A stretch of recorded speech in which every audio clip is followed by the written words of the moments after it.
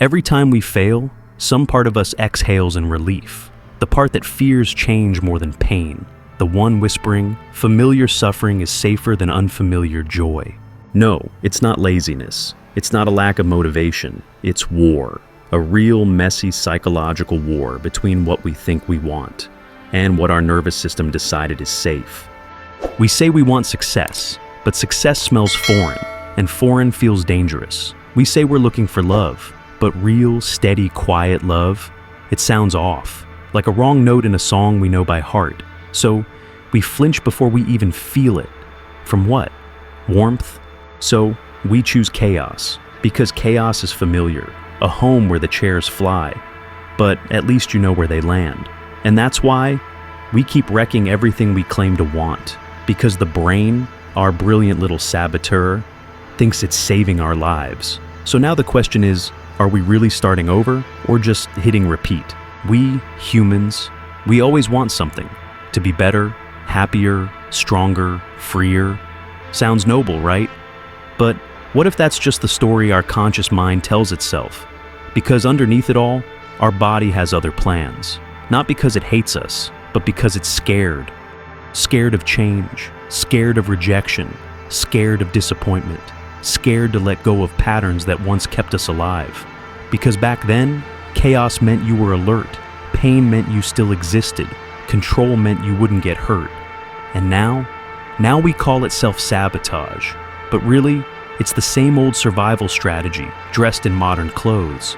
We say we want peace, but our nervous system still craves the fight.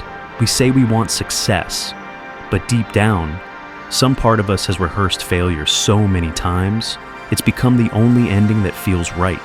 We think we're afraid of losing, but the real fear is what happens if we win. Because if we win, the story changes, and we lose the pain that once made us feel like we knew who we were. We all have one, a voice in the dark, not loud, but constant, always waiting for the moment we get too close to something good. Carl Jung called it the shadow, the place where we shoved everything that made us too much, too angry, too needy, too honest, too wild. The thoughts we weren't supposed to have, the feelings that got us punished, the versions of us that didn't fit into the script. And the shadow, it's not evil, it's just hurt. It doesn't sabotage to destroy you. It sabotages to protect the role you've been playing. Because if you succeed, if you grow, if you finally let go of the mess you were born into, someone might see who you really are. And let's be honest, being seen, that's terrifying. So the shadow leans in and whispers, stay small, stay broken. At least this pain is familiar. And we listen, not because we're pathetic, but because that voice feels like home. This isn't self-destruction, it's self-preservation. We're not ruining our lives. We're clinging to the version of ourselves that knew how to survive dysfunction, not to thrive, just to endure. And the moment we try to grow beyond it, that system starts to scream, because thriving feels like betrayal. We humans like to think we're chasing dreams, careers, love, peace. But that's just a story we tell ourselves to sleep better at night. The truth? Your nervous system doesn't chase dreams. It chases what it remembers. And what it remembers is the chaos that built you. The blueprint was drawn early, before you had language, before you had choice, before you knew you were even allowed to want something different. Maybe love felt like walking on eggshells. Maybe silence meant rejection. Maybe praise came with pressure, guilt, or strings attached. So, you adapted. You learned to please. You learned to shrink. You learned to control whatever gave you the illusion of safety. Fast forward a few decades, and you're still following that same blueprint. Not because it works, but because it's familiar. You chase people who hurt you, because they feel like home. You sabotage calm, because chaos feels earned. And when something good finally shows up, you wreck it. Not out of malice, but because it doesn't match the script. It doesn't feel right, not emotionally, not somatically. Because the child in you never trusted happiness. Happiness wasn't safe. It was suspicious, unstable, dangerous. So now, the adult you, becomes the saboteur, to protect the system, to preserve the code, to stay loyal to the pain that taught you how to survive. This is not weakness, it's programming. It's trauma wrapped in routine. And until you stop running the old code, you'll keep choosing what's familiar, even if it hurts, even if it kills you slowly, even if it ruins everything you swore you wanted. Let's get one thing straight. Your brain doesn't care about your goals. It cares about one thing: survival. Everything else, dreams, purpose, peace, is background noise. And if, somewhere along the way, survival meant chaos, then guess what? Chaos will always feel safer than calm. When you grow up in unpredictability, your nervous system doesn't learn to rest. It learns to scan, to brace, to control. So now, years later, when life is finally quiet, your body doesn't relax. It panics. Because calm feels unfamiliar. And in your wiring, unfamiliar equals threat. This is why so many people with trauma stir conflict right when things are going well. Not because they're toxic, not because they enjoy pain, but because peace feels dangerous. It's not a mindset issue, it's a wiring issue. And the chemicals behind it, dopamine, cortisol, adrenaline, they drip-fed you in chaos. And now, when things are still, you go into withdrawal. So you sabotage calm because it feels like numbness. You sabotage success because it feels like exposure. You sabotage love because it's a risk you don't know how to control. This is the biology of destruction. Quiet, inherited, automatic. Your brain memorized a world built on threat. And anything outside that world feels unsafe until you teach it otherwise.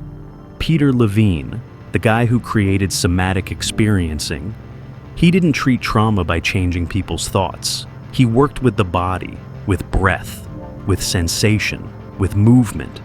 Because you can't outthink a body that's still bracing for war. You can't logic your way out of sabotage if your nervous system still equates calm with danger. Here's the cruel punchline. We sabotage the life we say we want, to stay loyal to the version of ourselves we were trained to be. Not because we're idiots, but because we're afraid.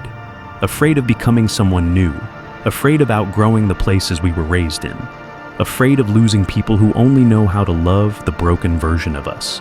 So, we pull back. Not because we hate ourselves, but because change threatens connection. And connection, even toxic, lopsided, dysfunctional connection, meant survival. This is why so many people quit when they're close to a breakthrough. Because success, it's not just a win, it's a funeral, a death. The death of who you used to be. And part of you mourns that. Even if you despise the old version, even if you swore you'd never go back, that version had a script, rules, instructions for how to live, even if it meant suffering. But the new you don't know them. There's no manual, no history, no armor. And stepping into that version feels like falling with your eyes closed. You don't sabotage because you're weak. You sabotage because your brain still believes it's protecting you. Protecting the version of you that learned to survive by staying small, by staying stuck, by staying in the pain that felt familiar. Breaking free? It's not just about progress, it's about grief. And most people would rather stay in hell than grieve the identity they built to survive it. At the root of sabotage, there's usually one belief: I don't deserve better. We rarely say it out loud, but we feel it, deep, in the way we flinch when something good finally happens, in how we downplay every win, how we push away love the moment it feels too real. Not because we hate ourselves, but because somewhere along the way, we were taught that worth had to be earned, and we were never quite enough. So when things go right, we brace, we wait for the punishment. We say we're afraid of failure, but the truth? We're more afraid of success that feels undeserved. We'd rather burn it all down ourselves than sit in the tension of possibly losing something we didn't feel worthy of in the first place. That's not logic, that's shame, dressed up in reason. It whispers, you didn't suffer enough. You didn't work hard enough. You didn't earn this. So, we self-sabotage, not to destroy, but to regain control, because control feels safer than joy. Gabor Mate says, don't ask what's wrong with you, Ask what happened to you. And that question cuts deep, because maybe the real problem isn't that you keep sabotaging yourself. Maybe it's that, at some point, sabotage started to feel like safety. And until you face that moment, until you ask why safety ever had to feel like suffering, you'll keep repeating the loop. That's where the healing starts. Not in guilt, not in punishment, but in understanding where it all began. There's a voice in your head. Sounds like you. Same tone, same rhythm, but colder, sharper, more vicious than you'd ever speak to anyone else. It says things like, "You always screw this up. You're lazy. You'll never get it right." And the worst part, you believe it. You don't argue. You don't question it. You just absorb it. Because it's always been there. It whispers from the edges, wearing the voice of a parent, a teacher, a bully, maybe even someone you once loved. You think it's helping. Tough love, right? But it's not love. It's trauma, rehearsed until it sounds like truth. You call it realism, but it's just fear in disguise. A scared inner child holding a megaphone. And if you let it, it'll run your entire life, under the illusion that it's keeping you disciplined. But here's the thing, motivation doesn't grow in shame, only fear does. Kristen Neff, the psychologist behind self-compassion theory, offers a reset. She calls it the self-compassion break. 3 phrases. This is a moment of suffering. Suffering is part of life. May I be kind to myself? Sounds soft, right? But this isn't weakness. This is neurological defiance, because the saboteur in you, it feeds on cruelty, but it starves when met with care. When the past runs the present, we like to think we're in control, that we make decisions, that we're steering the wheel. But most days, we're just following old scripts, old fears, old reactions, old wiring. We say no to love, because once, love burned. We push away opportunity, because opportunity used to come with pressure, with expectation, with the silent threat of failure. We ruin peace because deep down, we're still waiting for the next punch. And no, we're not broken. We're just patterned. And those patterns, they weren't weakness, they were armor. At the time, they kept us alive. But now they're cages. The tragedy is that we keep locking ourselves in, with the same key that once opened the door to safety. And the only way out isn't judgment. It's not guilt. It's awareness. Real, quiet noticing. That moment you pull back from something good.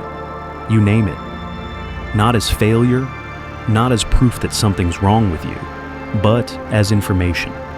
Because your patterns, they're not defects, they're maps. Maps to what shaped you. And once you recognize them for what they are, you can finally stop driving in circles. You can choose something new, even if it scares you, especially if it scares you. We talk a lot about success, about chasing it, building it, earning it, but real success, it's not just about what you do. It's about being seen. And for a lot of us, that's the real fear, because being seen means being known, and being known means being judged, exposed, vulnerable, stripped of the masks we learned to survive behind. So we hide. Behind busy schedules, behind perfectionism, behind clever excuses and almosts. Not because we don't want to be great, but because we're terrified that if anyone sees the real version underneath it all, they'll walk, or laugh, or worse, confirm that quiet fear that's been eating us for years, that we're not enough. So we dim ourselves, cut our own wings, turn brilliance into burnout and call it just not the right time. And we name it humility, groundedness, modesty. But let's be honest, it's fear wearing good manners. Because most of us don't fear failure, we fear exposure. We fear what happens if success brings attention. And attention once meant pain, so we keep ourselves small, invisible, quiet. Because at least there, in the dark, we feel safe. But safety isn't the same as freedom. And silence isn't the same as peace. We get close, so damn close, and then it unravels. The relationship, the job, the habit we swore would stick this time. And we tell ourselves, It just wasn't meant to be. But if we're honest, we know exactly what happened. We pulled back, we disappeared. We created just enough chaos, just enough distraction, just enough life got in the way to sabotage it without having to admit it out loud. Because almost is safer than all in. Almost lets us flirt with the dream without risking the heartbreak of living it. It's the maybe someday trap. It feels wise, mature, cautious. But it's not. It's a gilded cage. Because staying in almost means never asking the terrifying question. What if I actually do it? What if I succeed and still feel hollow? What if I heal and they don't recognize me anymore? What if I win and it costs me everyone who only knew how to love my wounds? So we stall, loop, sabotage. Not because we're lazy, but because it feels safer to hope vaguely than to leap completely. But here's the thing, hope without action, it's not noble, it's not patient. It's a beautifully decorated prison cell. And some of us will decorate that cell for years, just to avoid unlocking the door. Here's the truth no one tells you. You don't need to kill the saboteur. You need to understand it. It's not your enemy, it's your protector. Misguided? Yes, but loyal as hell. It showed up when you were small, scared, overwhelmed, alone, and it did the only thing it knew how to do, keep you safe, by keeping you small. But here's the thing, you're not small anymore. You're not 5 years old. You don't need to hide under the bed to survive the storm. Now, you get to take the wheel, not with force, but with clarity. Richard Schwartz, founder of Internal Family Systems, teaches something radical. Talk to the part that sabotages you. Say, I know you were protecting me, but I don't need that protection anymore. You don't fight the saboteur, you thank it, and then you lead. Because healing isn't a war, it's a reunion, a coming home, a reckoning with the parts of you that meant well, but need a new job now. Self-sabotage isn't failure, it's feedback, it's a clue, a flare from the nervous system saying something still hurts. So, instead of punishing yourself, pause, listen, not to shame, but to the wounded part still waiting for your attention.